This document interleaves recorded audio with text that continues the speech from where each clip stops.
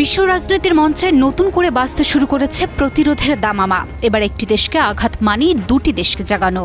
মুসলিম বিশ্বের দুই প্রভাবশালী রাষ্ট্র গড়ে তুলেছে এমন এক ঐতিহাসিক জোট যা যে কোনো আগ্রাসনের জবাব দেবে দ্বিগুণ শক্তি ও সমন্বয়ে।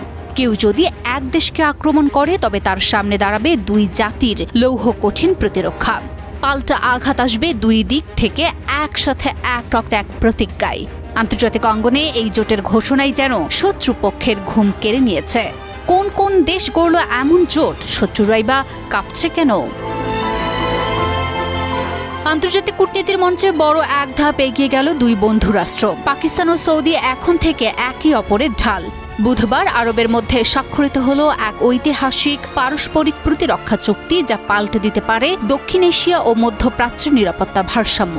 এই চুক্তি অনুযায়ী দুই দেশের যে কোনো একটির উপর আগ্রাসন চালানো মানেই উভয়ের উপর হামলা, এবং জবাব আসবে দ্বিগুণ শক্তি ও দুই দিক থেকে। বন্ধুত্বের এই লৌহবদ্ধ প্রতিশ্রুতি শুধু সামরিক সহযোগিতাই নয়, বরং আঞ্চলিক শক্তির মেরুকরণেও এনে দিতে পারে বড় ধরনের মোড়।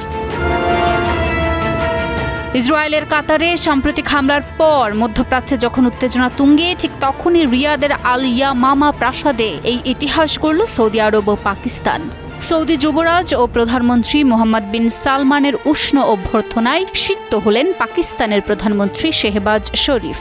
17 সেপ্টেম্বর দুই মুসলিম পরাশক্তি ভ্রাতৃত্ব, ইসলাম সংহতি ও অভিন্ন কৌশলগত স্বার্থের ভিত্তিতে এক যুগান্তকারী কৌশলগত পারস্পরিক প্রতিরক্ষা চুক্তিতে সই করেন, যা তাদের প্রায় 8 দশকের পুরনো অংশীদারত্বকে আরও শক্ত ভিত দেয়।